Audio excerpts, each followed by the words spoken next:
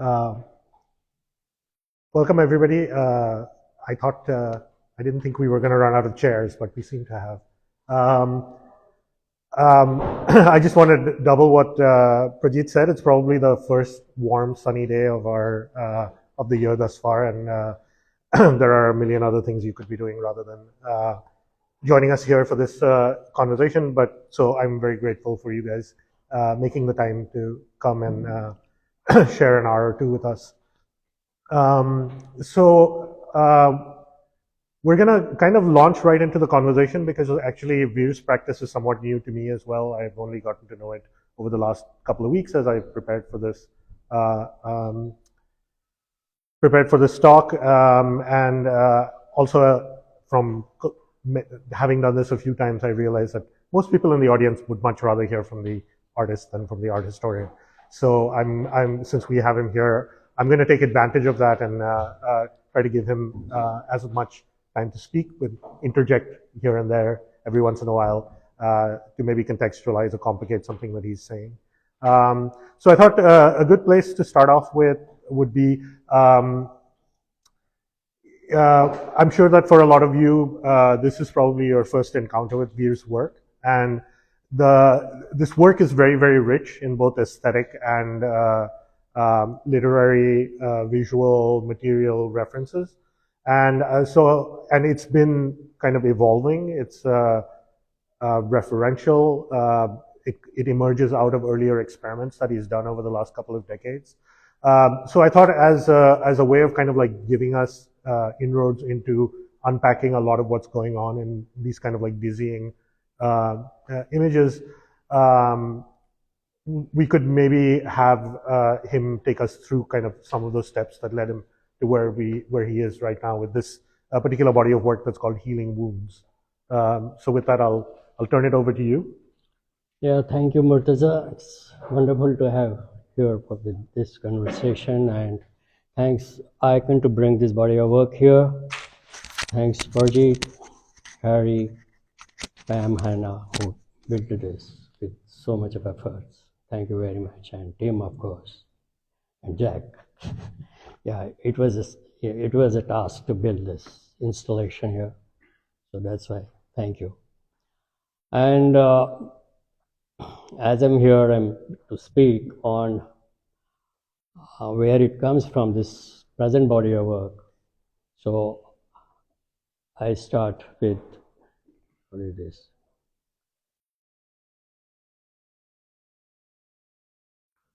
Always. Yeah. Thank you. I start with this quote of Edward Said: "Exile is strangely compelling to think about, but terrible to experience. It is the unhealable rift between a human being and a native place, between the self and its true home. Its essential sadness can never be surmounted." This was the line I refer when I left my place, that's Kashmir, as part of the mass exodus happened there. And since then, I've been engaged with this political works, so much so, displacement, migrations, exodus. Particularly the political exodus, which happened in Kashmir in 1990, for the liberal thinkers who felt otherwise what was happening there, particularly the community, the Hindu, which are called Pandits, who are Pandits because they are named as Pandits because they were scholars and teachers and preachers and all that. So all that who became the hurdle for that movement had to go because its space got shrinked. That's how that shifted my art practice as well. The whole perception changed to me as a thinker. I had to look world differently. It looks I was reborn in 90. What was white turned black, what was blue turned yellow. So things were different, so language changed, my perception towards life changed. so changed my language. That's where I got engaged with political language. And in those days, since then, I've been painting whatever my experiences was and what I have felt and what I have gone through before moving out of the place or after I moved out of the place. So these were my engagements of purely as a painter, because I had learned painting professionally from Baroda University. So, but my subject had changed. Paints remain as it is, but my subjects changed towards what all has happened was my personal, which turned political into my language of art. So I painted all those episodes, what has happened, whether it was abduction, whether it was somebody was killed, whether it was a Pandit got killed or a Muslim got killed, what all was happening in Kashmir. I did it for a couple of years, maybe for 10 years. By then, you also get settled in a newer place that was Delhi for me. So to begin with, I would like to talk about it, but it was not understood rightly so, because you have to have these kind of experience to understand these kind of traumas or the language of art, which I was engaged with. So painting became a tool for me. It also became therapeutic, and I became relaxed after painting all these stuff. And It was cathartic. it was very cathartic, yes. And that time the political language was not so much common in our art language. It so happens so many times because we had a huge partition 47, but yet we don't see a lot of cinema on it. We don't see, because ours is an entertainment industry, the film industry, or the art also has gone.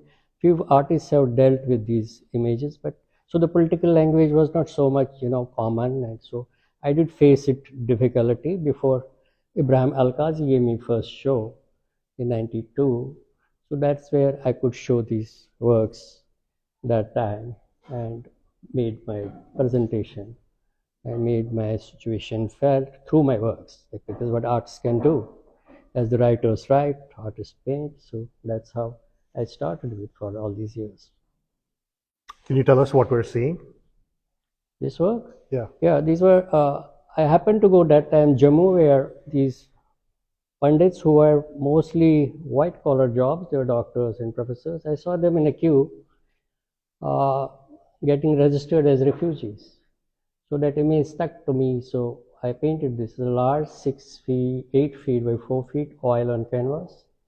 So when I put it in the Alkazi show, every community man would relate themselves with these people. So I thought this is the one image I should show. So this is large. I must have painted 100, 200 paintings on this subject that time in a couple of years and showed it many places. You can see it on my website, rest of it, because our limitation is to talk about this show particularly. So I just wanted to give you a background. So that is how it is.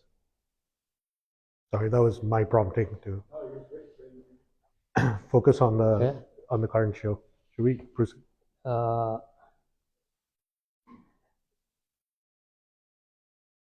These are the, we could.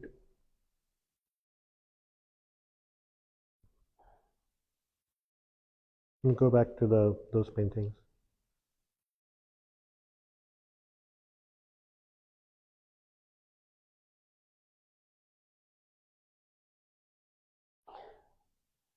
I can tell about these houses. Maybe we speak about the paintings first and then the houses. So go forward. No, go forward. Yeah, this. So just to give you guys an intro, this is a body of work that he produced after many years of kind of producing these figurative works that were very much expressing experiences that he had been through of communities that were displaced, of friends or people, community members that he knew from Kashmir who had been assassinated. As the conditions started to get worse after 1990, and the militancy grew, and the response by the state against the militancy also grew in scale. But this is kind of like a next point where he's kind of revisiting, after having gone through a period of catharsis, is maybe trying to represent his experiences and the state of his home of Kashmir in kind of like a slightly more detached manner. And so he comes up with kind of a language that is emerging from conflict, but then becomes a way of kind of representing a kind of like a ruined landscape that the conflict has produced. And then if you can speak a little bit about yeah, because this body of work has it evolved from particularly this series, which is called Shrapnel, which actually started when I visited Kashmir after many years, maybe 15 years. So it is, my works are all with the experiences, what I have felt and what I have experienced. So this was one of the incident near, if you are familiar with Kashmir and Srinagar, near Shiraz cinema, I was caught up between the stone pelters and the security forces. So I had to run for my life, and that day there were a lot of casualties, a lot of young boys got killed. So the morning when I was walking, I saw the whole landscape had changed. It had these debris of greasy images of these automobile pieces, and it stuck to me for a long time in my head. It was like rounding, I didn't know how to deal with this. So then I started painting it, drawing it on the handmade paper. First I tried with canvas, which didn't work for me. Then I did on this handmade paper. I got handmade paper made, and with these greasy images with burned umber colors, and started a lot of these automobile pieces, because we have seen it in times in 90s, these bomb blasts, and because it had happened in front of me. I know when that, if you remember, Nilkant Ganju was killed in front of me. So I've seen some of these, but this time it was different scene. Like so many boys local got killed, Muslim, and this was the scene there. So I started painting them. So that's how I continued doing it, and made the chambers, made people to get into, so that this trauma stays for a while. Because in India there's so many things happening, and the news remains for a while, and then another news overlaps the previous one. So that made me to build these big chambers and started doing these kind of things. And also I was portraying a football player, because in our youth it was this kind of approach was among the football players there, and we used to visit these football games those days. So I portrayed this with the same spirit. The stone pelter, I will throw the stone and cry for whatever reasons they had. So I was using these kind of then pushing this as I made the chambers like that. I don't have the outer image of this, but then pushing it further, I felt cutting it into wood, these same very images. And I created this work that time because it was based on the poem of Aga Shahid Ali, Country Without Post Office. He has written a nice poem. When he visited in 90 Kashmir, he saw letterboxes were filled with letters, but there were no takers. It was perhaps, referring to the Exodus. So I made this work for that. It's a very long work of 17 feet, letterbox, and there are poems written on these pieces. This is where these shrapnel pieces got me engaged to create work with different idea and material and mediums. You also mentioned that at this point in time, as you were trying to kind of come up with a new language for representing this kind of like ruined, bombed landscape, and I think one of the reference points was like a car bomb and like the aftermath of a car bomb. So you have all of these strange looking machine parts that are kind of the result, like the debris of a bomb that's blown up.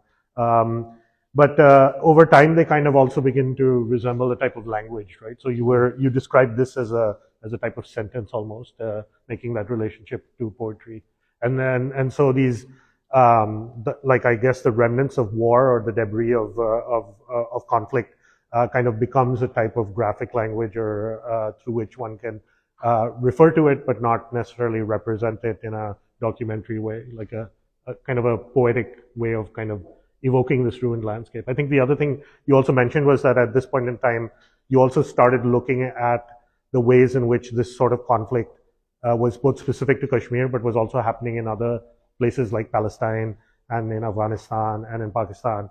And so the source imagery for some of these forms is also photographs that are taken from there, because finding photographs from Kashmir itself was somewhat tricky.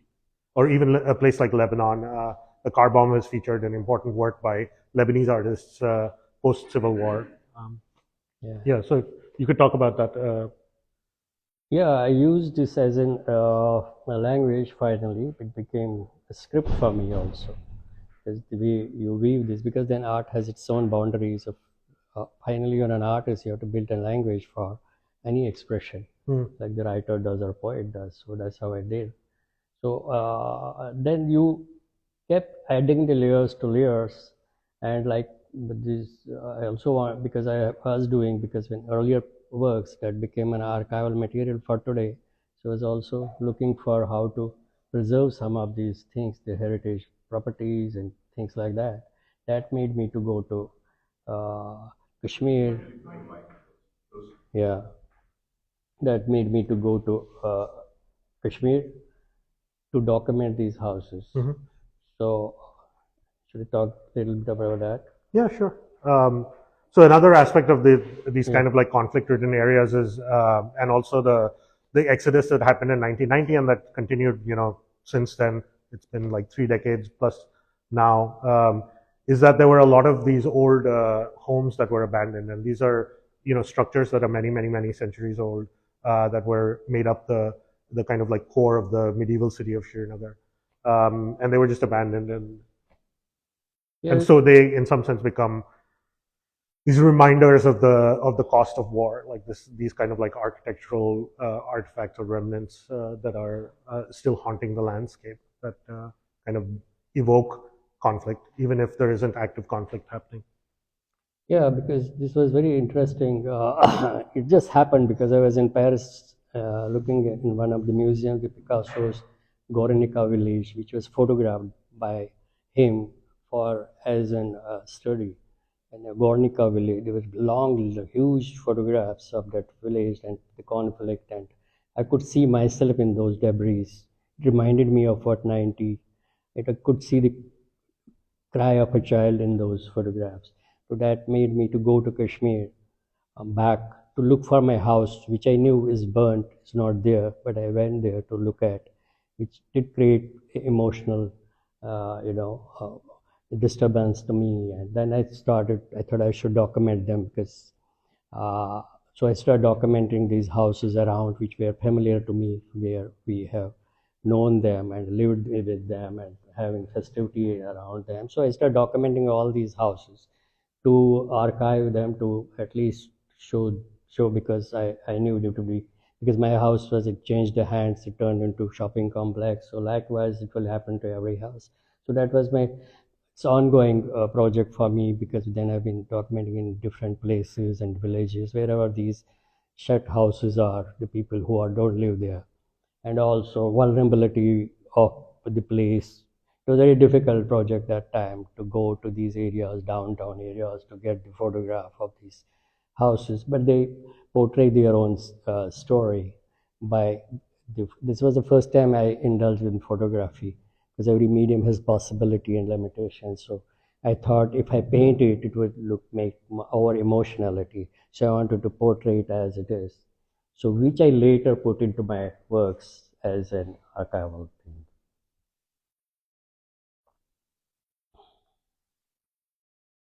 So later I made an installation of this house, the fallen house. So because architecture became my part of my language, so I've been doing a couple of them. So I showed the fallen house what it means. And there's something you can enter into it, and you see I made the video film on certain similar subjects of displacement. So that was running in it. It was in one of the art fairs.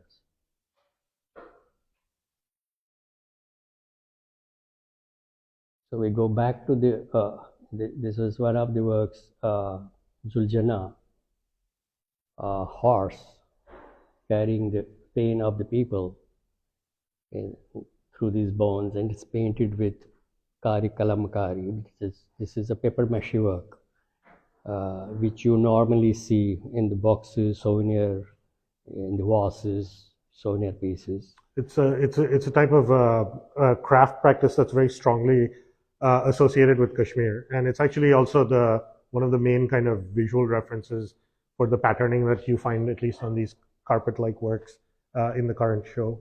But this maybe was the first instance of it? Yeah, this was the first. I was actually looking for a language. I was looking for something which will connect the viewer where this work comes from. So I thought this is the popular craft which everyone knows about. So I brought this because you're part of the language too. So I could paint these bones with that particular craft by the craftspeople, by the local crafts, which is their practice there, and and their existence.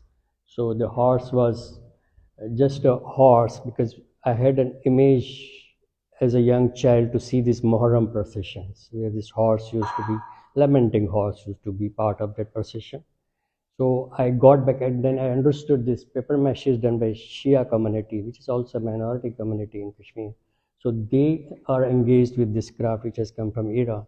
So I connected the two and made this sculpture, and that's what it is. That's where my paper mache came. I got connected with these people and then almost adopted this family, this Fayaz Jan, who's a very celebrity craftsman, and his people. And so I started visiting them and understanding them and engaging with them, their stories, their everyone, Kashmir, everyone has a story. Everyone is faced one way or the other.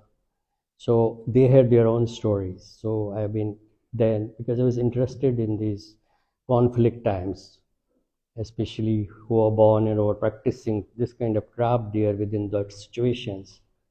So that was what I felt I must get engaged with. There was another aspect because I saw the craft becoming cheaper or dying almost, and the next generation is not doing it. And it's such a beautiful craft that the beauty, when you, I say, when you shut your eyes, you see beauty of Kashmir through craft, through landscapes, through many things, but there's a conflict along with. So I have to build these two layers together simultaneously. When you do, you want to represent the craft, but I have to connect it with the art and to come to into contemplative practice. I thought that might be something to save this craft tradition in Kashmir, because it's decaying in many states of our country, and the next generation is on, maybe their social respectability is not here, or the economy is not in the place. There is something which, and this is our pride, our craft is our pride, textiles is our pride in our country, and you can't see it dying. So that is another way to look at it. I got engaged with these craft people. I'm also engaged with chain stitch and many other crafts, which I bring into my practice and also tell my story. You mentioned the idea of the lamenting horse, and for those who may not be familiar with who Zuljana is, but Zuljana is the horse that carried Imam Hussein, who's the grandson of the Prophet, who is martyred in Karbala, and is a very important. So Muharram is the commemoration, the annual commemoration of that martyrdom, and so in some commemorations of Muharram in different parts of the world, they maybe more so in the past, also sometimes now, people will have processions where the vacant horse is pulled through the streets, and people will be reading marsiyas and doing matam around it. And the idea is that the imam has been killed and is no longer there, but the horse becomes the figure for that moment of martyrdom. In a way, because also there is a discomfort around representing religious figures, about representing bodies. But I also wanted to maybe speak a little bit about this idea of the lament, and the lament as a literary form, and how one takes it as a literary form and then tries to come up with a way of kind of engaging with those same aesthetics or ethics in visual form.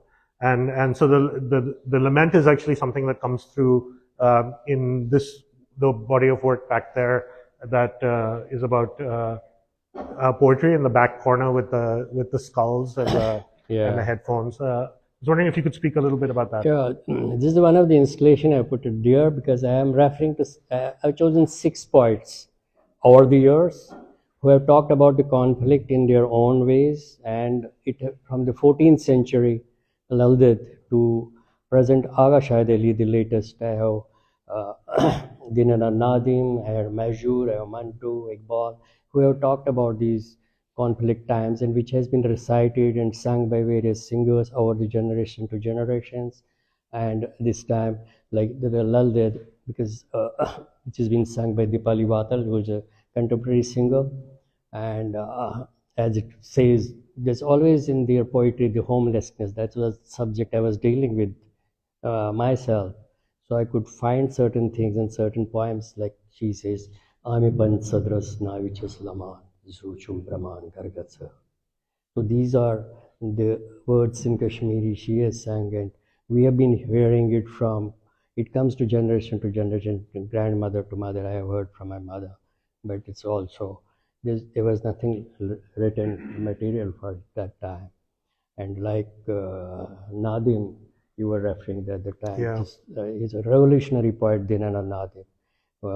And here you can, if you use the audio, it's been sung by Dhananjay Kaul, and very famous song, Begyawanas,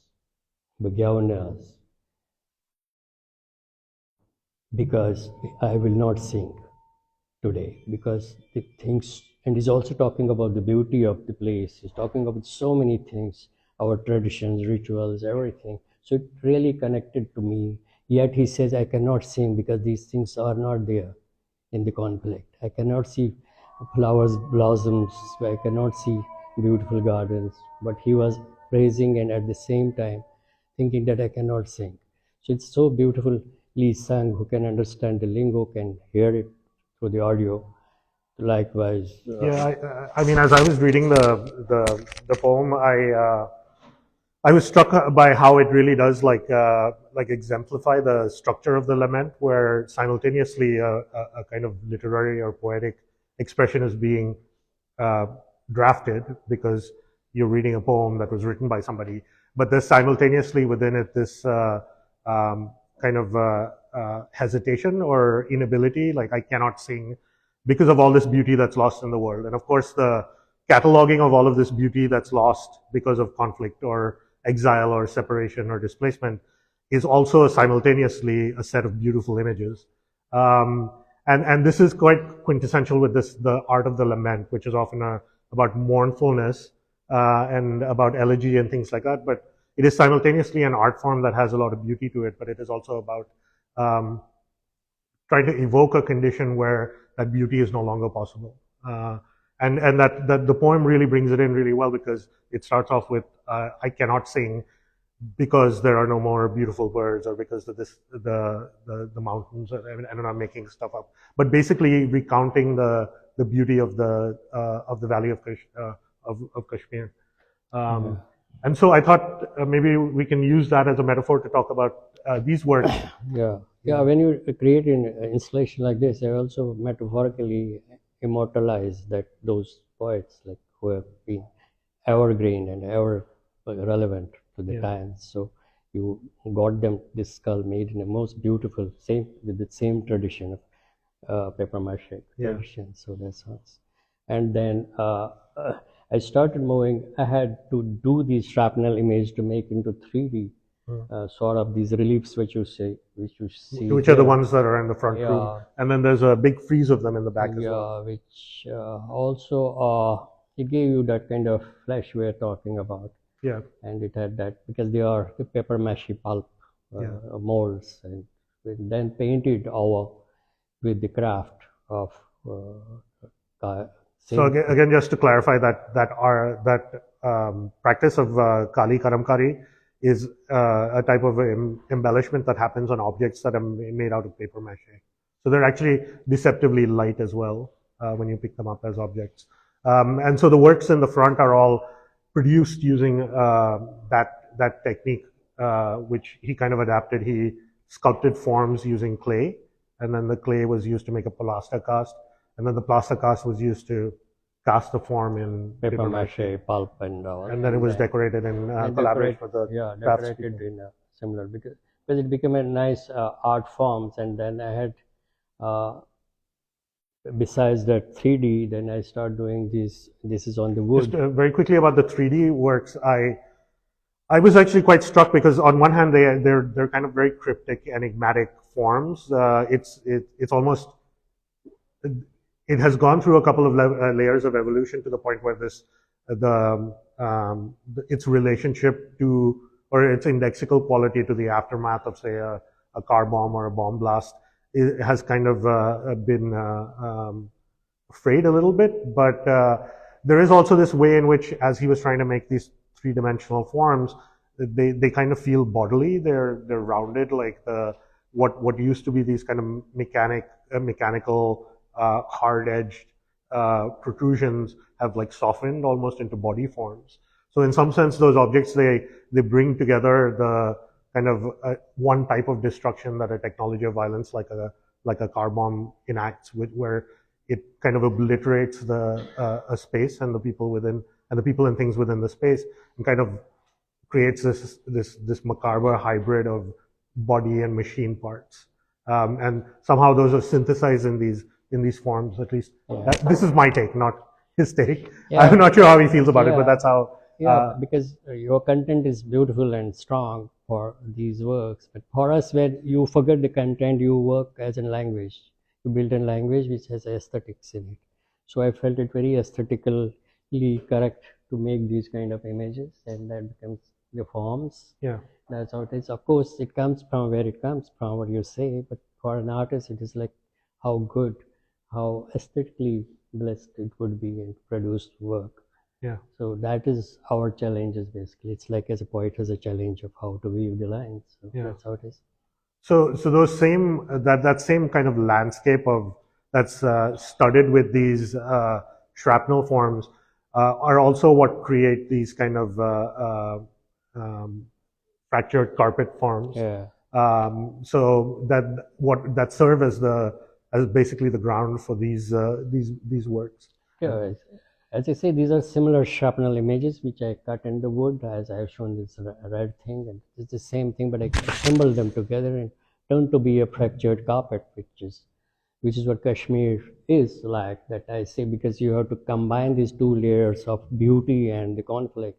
So I got to club them together, and also archiving the material, what the ritualistic material, which I felt is lost. There are certain heritage buildings and all that stuff which is not there or is there. Like you can see many of these, the Martin temples, and you can see dargahs, you can see these heritage bridges, which over the time, because I've been going there, so we are losing it by and by. So I want to archive these moments into them. So some of the details I could show in this, the practicing Pandit and some Sufi, kind of all those images, those traditions, those dresses, all that what I felt lost. So you mentioned miniature paintings also. Miniature, yeah.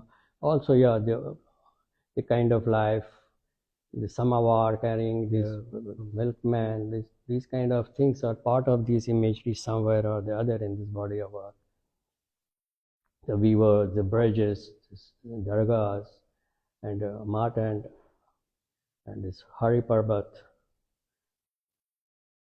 and the Pandit women and the Muslim women, the beauty of the place, the lakes and dals, but which is in my memory and which I thought will be archival and to, became another layer to these works. So one thing that I did want to talk about, and are we running out of time? Yeah. Was the way in which, for those of us in the West and not intimately familiar with, say, the landscape of Kashmir, the history of Kashmir, the aesthetic and the poetic, the literary traditions of Kashmir, At first sight, a lot of these works might come across as quite like ornamental, like beautiful, and so you miss out on this kind of like literal substructure of violence that's grounding them. But I was also quite struck by the fact that craft becomes a way to, it's not only about preserving craft, which is a very important aspect of why Veer works with these craftspeople and these idioms. But it's also, craft has this proximity to land in a way. And so by kind of re-engaging craft, it is a way for him to kind of enact a metaphorical and physical return to the valley of his childhood. And it also comes back to, he mentioned Agha Shahid Ali, and I was reading a little bit of Agha Shahid Ali to prep for this talk. And in a couple of his poems, he has a poem called A History of Paisley. And he similarly talks about Paisley as a metaphor for literally the geography of Kashmir. He talks about Paisley as a pattern that's, initially he talks about it in terms of mythology, that Paisley is a pattern that's the result of the footprints of Parvati as she's playfully running away from Shiva. And then a little bit later, he talks about how the winding forms of the Jhelum that Shiva kind of brings into being in the valley are also a type of Paisley pattern as they meander back and forth through the medieval city. So it also made me think that, Veer's work is a similar sort of thing.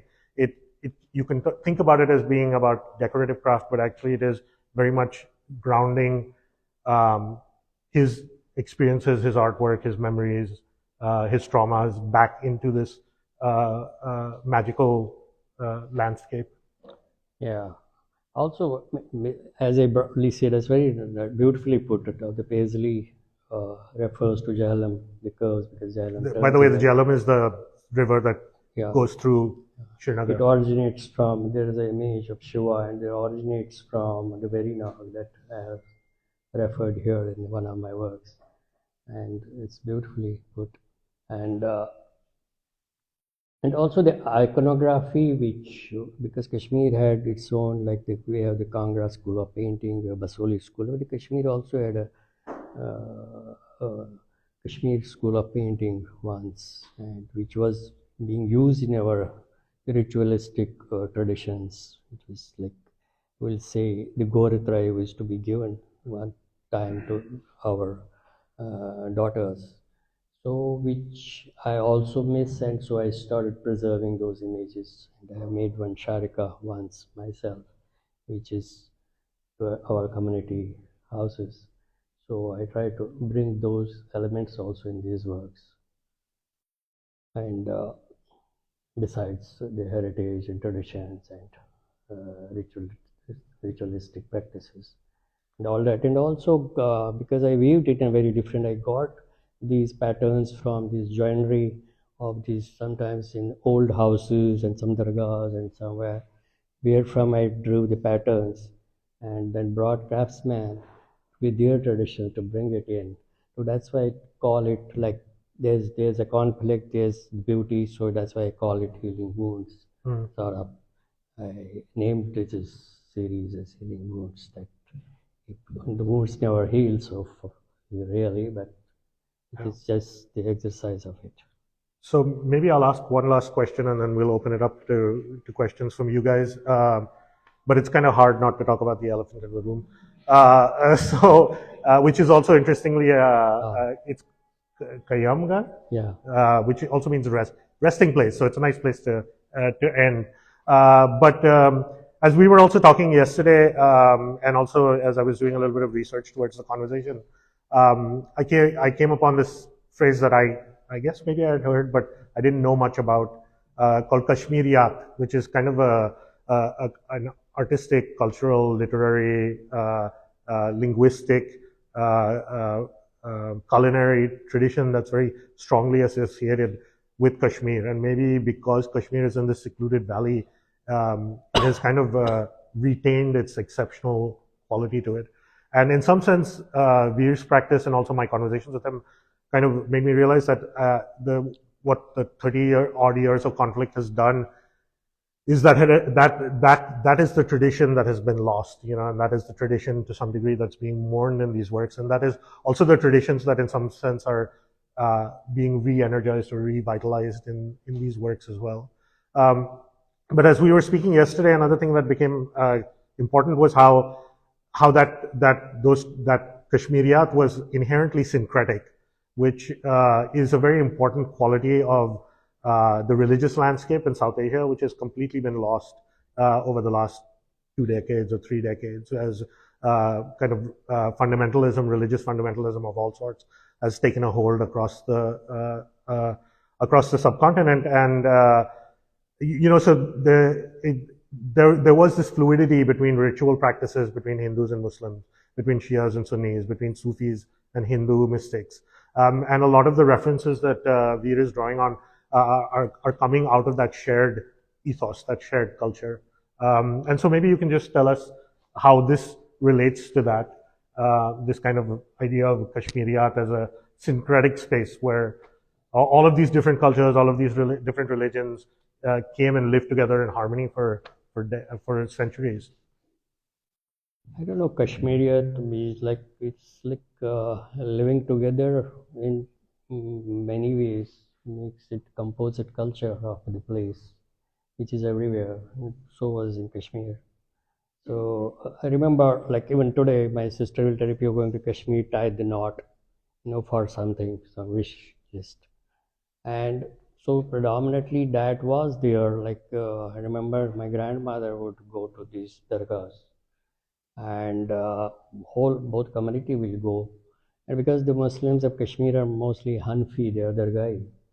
They are, and maybe this whole conflict is about that, because that's why many of these dargahs were burnt. Dasgir Sahib and Chari Sharif and other things. And that was the bigger conflict, and maybe this is all facade of so-called Azadi and other things. And the minority takes a brunt on it all the time, anywhere, whosoever minority, it might be Hindu minority in Kashmir, Muslim minority in India, anywhere. So minority, because this space gets strengthened, so you lose. But these I was talking about because these are I call Kayamgah, this was the resting place. This was the common place. You will have same rituals between Muslims and Hindus, or your Shias and Sunnis. But it got divided without, as you rightly said, the radicalism of religions, which were forced in. Like in Kashmir, we don't have cinema; they were burnt off because radicalism also tells that there were girls' schools being burnt off, and I don't practice this. So I thought this is very important to remind and keep in, to have this place somewhere before everything gets off, because you are very susceptible about these things. And I was also, because in this I was also, because I'm a preserver of these crafts and ritualistic practices, and so was this joinery and this heritage, which also is getting lost, because I've seen in our old houses, this so beautifully made. We used to call them, we say the Turks have come and made them, and that was our tradition. So how to bring this whole idea together, what you may call Kashmiriyat, or what we call what it was, what is not there. So, and what is our part to do to make it as a reference point and deal with it, which sometimes politicians fail, but intellectual community has a role in it. Mm. Yeah. So if you could just describe it really quickly, it is on one hand a resting place as a space for contemplation and seclusion, and but it's also a reference to the dargah, which is a Sufi shrine, which you can find all over South Asia, but also all across the Muslim world. So the outside form, for those of you who have had the chance to visit Srinagar, also kind of references the houseboats that you see on Dal Lake as well. And inside there are 5 coffins, each one that's decorated with the same Kali Karam Karim technique. And inside there are also bones that are also decorated with that same technique, and also lines from some of these poems that and poets that whose work you value. Yeah, because Because these dargahs, like what I said, Kayamgah was a resting place, uh, and I put it because in terms of conflict, when so many people die, and I put them to rest in this dargah. Basically, Kashmir is also called a Reshwar.